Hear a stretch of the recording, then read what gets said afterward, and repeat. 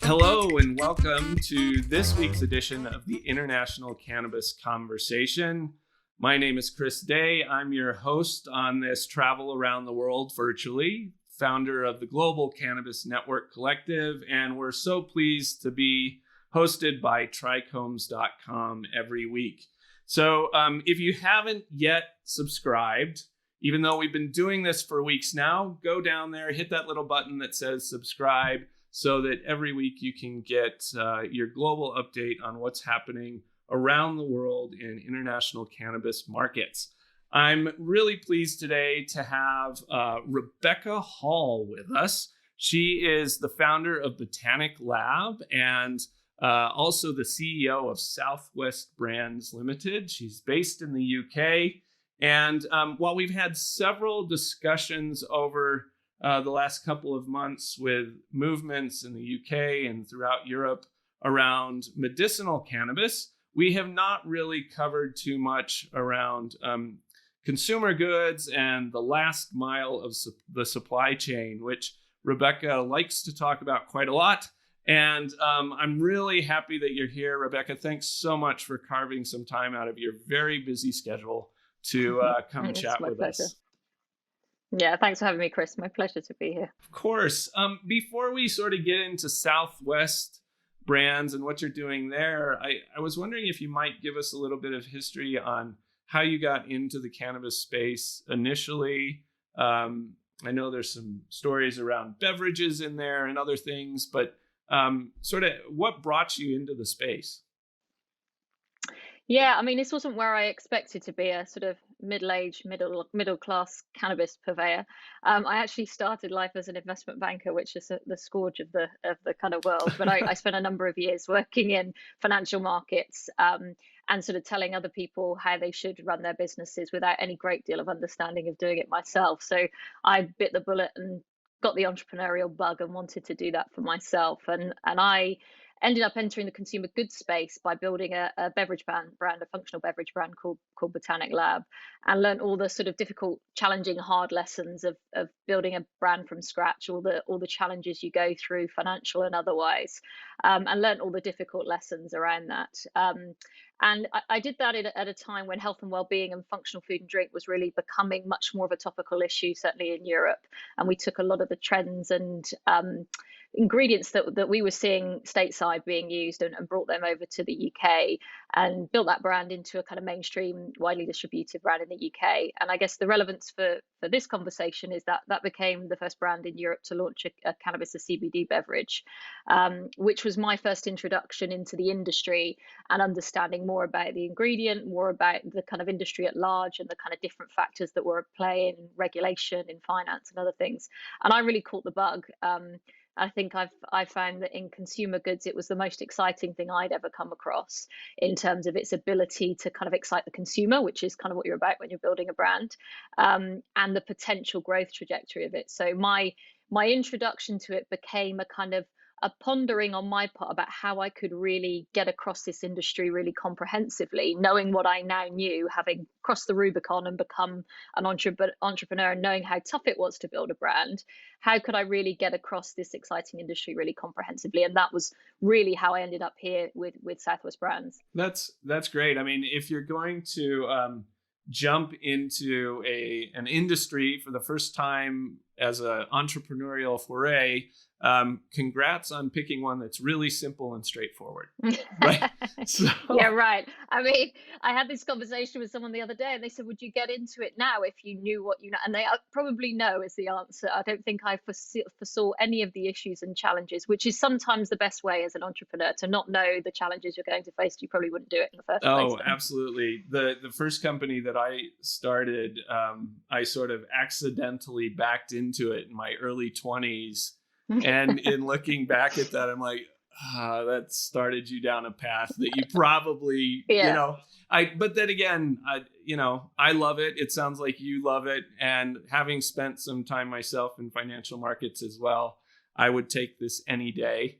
I mean, Yeah, bless exactly. all of you who are in the financial markets on the investment side. I love you. You're important. But I fit better on this side of the house in the entrepreneurial world myself. So Yeah, absolutely. that's great. So Likewise. where, when we talked a couple of weeks ago about doing this, and you had mentioned that, Botanic Lab now has been you've moved forward from there into South West Brands, and you're doing that.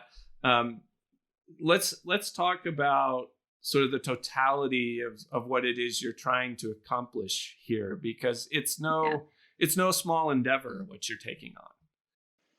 No, it's not. And part of the lesson I learned from my entrepreneurial journey, if you like, if that's not too kind of dramatic way to talk about it, is that actually I need to think big, right? And I know the opportunity is big here, and I think I'm ready. I'm at the stage of my career and my entrepreneurial journey that I'm in a place where I'm confident enough to think big about this, and we certainly are. And I think you rightly pointed out, I love to talk about the last mile of the value chain, which is really what this business, South West Brands, is all about.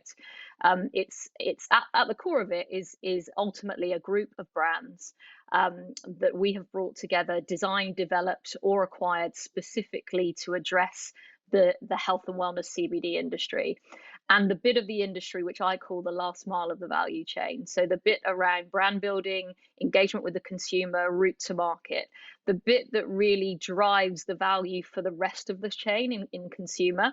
And the bit that, in my mind, has so far been neglected when people talk about seed to shelf cannabis businesses. And in theory, they sound great, right? And it's a great sales proposition that we've seen this plant right from the earth all the way through to the shelf. The reality of that, in my opinion, has been that there's been a lot of focus and investment on the earlier parts of the value chain, growing, extraction, regulation, licensing, but not very much focus and expertise brought into the consumer value proposition. And intelligence tells you that if you're not driving demand at this end, you're not creating value in the other end of it. So that's where we're focused, to the exclusion of everything else. It means that the rest of the value chain is important to us in that we engage with it, obviously, because we have to in order to be focused on our bit. But it's not the bit that we're experts in, so we partner in that area. The bit we're experts in and we've brought expertise in is to that consumer journey. I think you're dead on. I have spent, much of the last 6 years in the cannabis landscape around the world, being a former ad agency brand guy. And, you hear people talk seed to sale all the time. But then I think part of the hesitation on brand building really comes from all of the different legal restrictions and frameworks, and people just haven't figured out how to navigate that yet, right?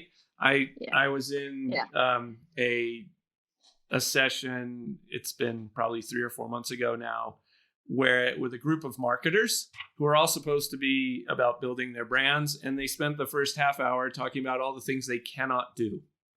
And my response was, when do we shift this conversation from the things you can't do to the things you can? And how do we overcome those challenges? So, I think it's a good question for you and I to talk about, right? There are so many restrictions. How do you take a family of brands and get them in front of consumers in a way that, creates brand differentiation? Well, I think firstly, the reasons that it's difficult and the fact that it's difficult is part of the reason why this is interesting to me and to entrepreneurs at large, right? If it was simple and it was easy, Unilever would be doing it right now. And there's a reason why the big CPG giants aren't in this industry in earnest yet. It's because it's been too tough, both from a regulatory point of view, a risk perspective, and also a traditional brand marketing point of view. So I think therein lies the opportunity, right? And I think we'd all be very naive to think that those big CPG giants are not looking at this industry very comprehensively right now and intending to enter it in the very near future, which again, part of the reason why entrepreneurs like I see this as an interesting space. So the difficulty is in essence the opportunity. I think part of the reason also, not least that it's difficult, that it's been neglected, is that this industry to date hasn't really been built by CPG experts.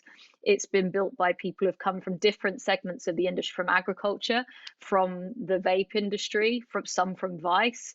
So that this hasn't been born out of traditional consumer packaged goods expertise, and that's fine. But it also means now is probably the time to bring some of that expertise into the space and refer to some of those traditional methodologies for building brands and come back to those principles. I think the other factor is that it costs money to build brands, right? Mm-hmm. It's expensive, and you can't get away from that. That's one of those difficult lessons that I learned very early on. You kind of, as an entrepreneur who builds a new brand, you always have a little bit of a warped sense of how much that's going to cost because your brand's amazing, right? Because you thought it up. But when it actually comes to taking it to market, cold hard cash is what helps build it, and some expertise around that. So I think those are lots of the reasons why the brand piece has not evolved. Layer on top of that a lot of the challenges that exist in this industry around advertising, around payment processing, around all of those different kinds of things. Now, there is a body of expertise that's been being built around that. I've operated in this industry now for 3 or 4 years. A lot of my team have as well, and there are lots of methodologies that we're going to be using, but some of them are quite traditional, right? So we know we can't pay for advertising in certain mediums. So one of our approaches is to leverage celebrity in order to endorse brand and sell that brand to our customers, because we know that we can use them to translate a message where we might not be able to pay to advertise that message in certain mediums. I guess also the other point is on that is that the industry is moving along quite quickly. So some of the things that you couldn't do 2 years ago, you are starting to be able to do now. Money talks, right? As soon as the industry understands that you can make money from it, then those things start to evolve. Yeah, it has been interesting to watch in various parts of the world to hear all of the things you can't do, but then by the time you read the next version of the legislation, it's all changed and different.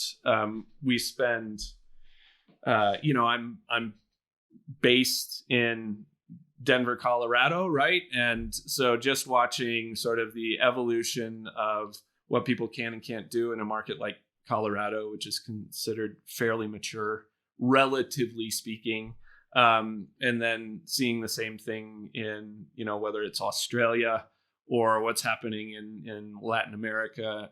Everybody will eventually get there. I think it's just a matter of predictive analytics on when. I think you're right. And look, I wouldn't have built this business, Southwest, 4 years ago. Yeah. Because we wouldn't be able to do the things that we did. There's been a lot of movement in Europe, particularly in the UK, in the last 4 years, and I've lived through that as a brand owner and all the challenges and difficulties around it. But we are at a real inflection point now around regulation and kind of understanding of this product and these ingredients. So I think we are at the right time. What are you sort of looking in the near term at in terms of product mix? Because this family of brands sounds great, but when you're really looking at what you want to take to market first, what are the areas that you find most interesting?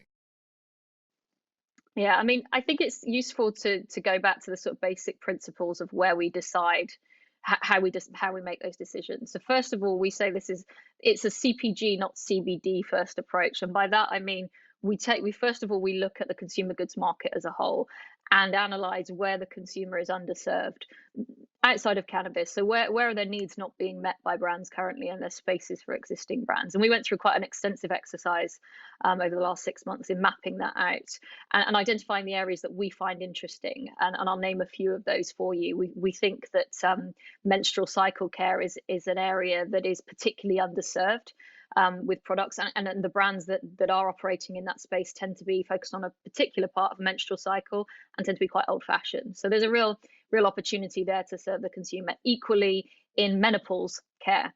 So menopausal women tend to have higher disposable income than women of a menstrual age because they're further through their careers, yet that category of of people is massively underserved in terms of products that address their needs. And some of the reasons for that are kind of historic reasons to do with focuses on different genders. So those are two areas that we're particularly interested in.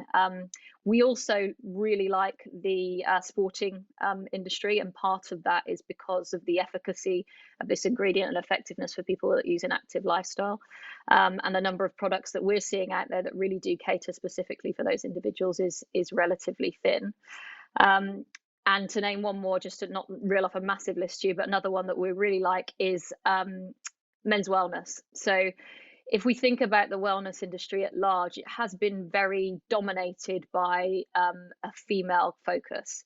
And the sort of construct of men's holistic wellness is one that's it's very, very underserved, and products that tend to focus on male needs are really around grooming and centered around sort of masculine tropes. And we feel there's a real space for a modern brand that speaks to modern masculinity and provides products that deal with kind of holistic men's wellness. Yeah, I find 3 out of 4 of these particularly interesting. I love sports, and I think you're right. But the similarity between talking about menstrual cycles, menopause, and men's wellness these are areas that not only are underserved, but under talked about in general, right? Like people are nervous to talk about them. You certainly wouldn't, find people hanging out on a street corner talking about these topics, and yet they're huge issues that affect, when you take the 3 of them together, all of us at one time or another. So I think that's great. It's been a common theme in members within my GCNC network, that of those that are working sort of at the end of the supply chain, direct with consumers, I've seen this discussion happen a couple of different places, and it does my heart good actually to see these conversations going on. It aligns quite well, I think, with the ideas that are growing around conscious capitalism as well, right? Mirroring the greater good for people. With, yes, there's a profit motive, but we want to see the total return on impact, not just investment. So I love that. And I think brands so often kind of signpost different stages of our social development.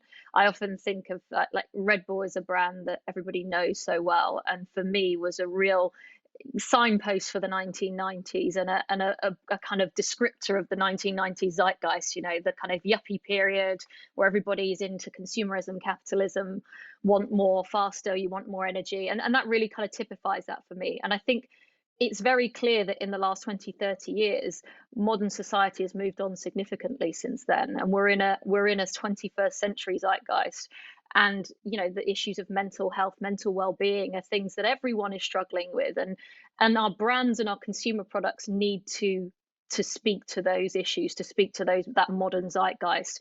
And I think CBD as an ingredient is really well suited to that kind of conversation for obvious reasons. And we need to build brands that are really for that modern day zeitgeist. Yeah.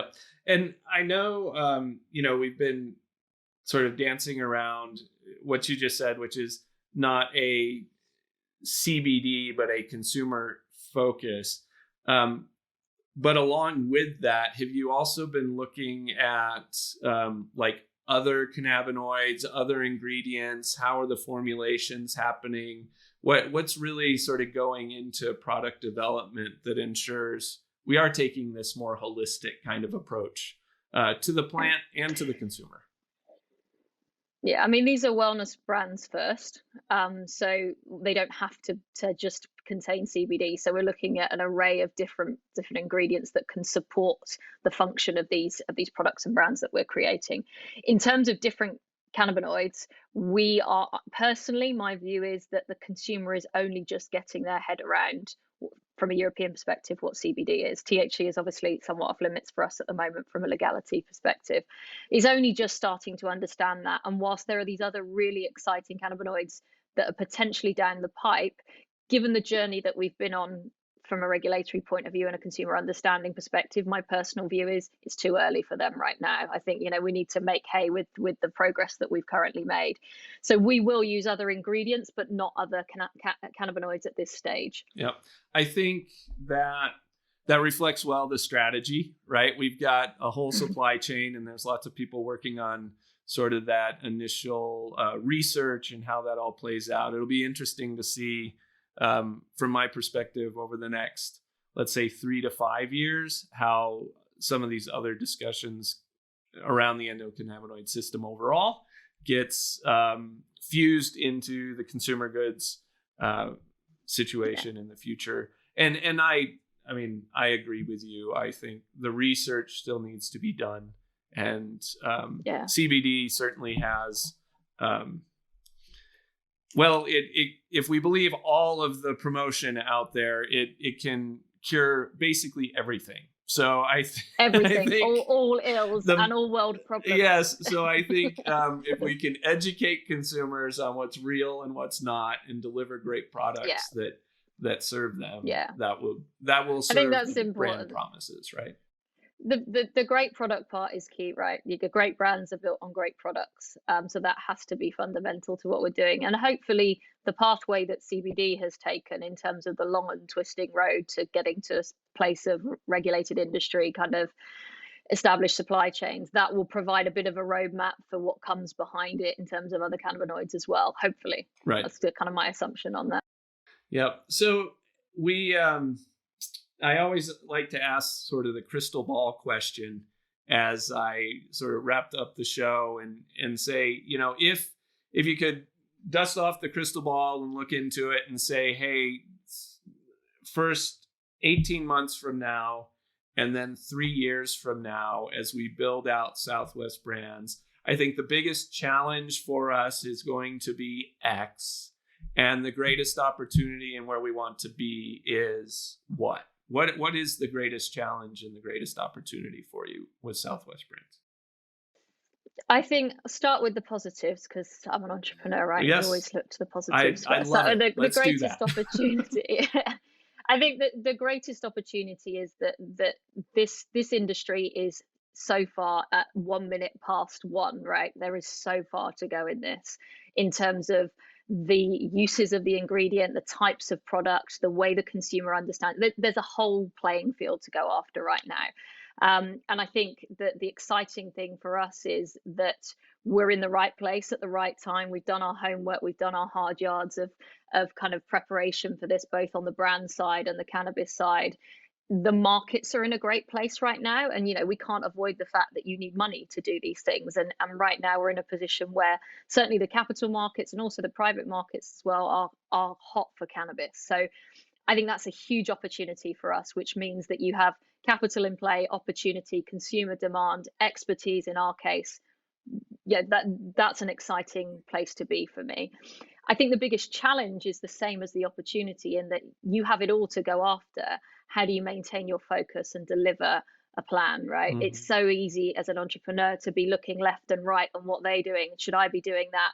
Am I doing the right thing? Can you stay focused on delivering a plan? Because ultimately you can't run away from delivering. You can create hype, but you have to deliver at the end of the day. And I think my job and my kind of role in this is to keep us focused on delivering what is a very smart plan in a very interesting market that's got a lot of hype behind it, but try not to deviate too far away from that and confuse everybody about what we're doing.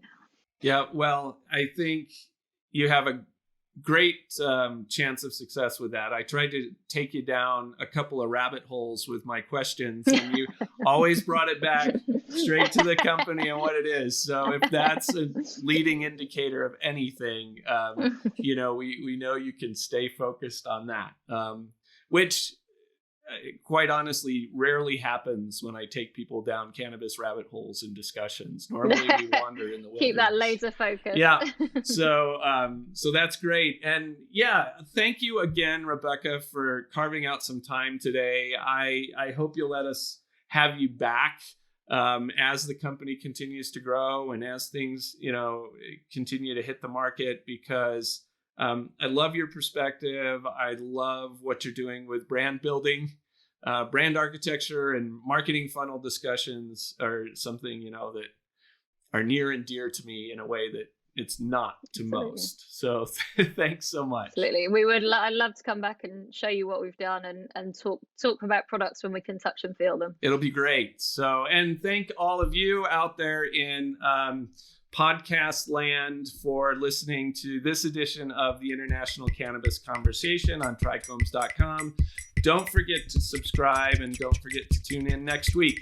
Thanks, everybody. Have a great one.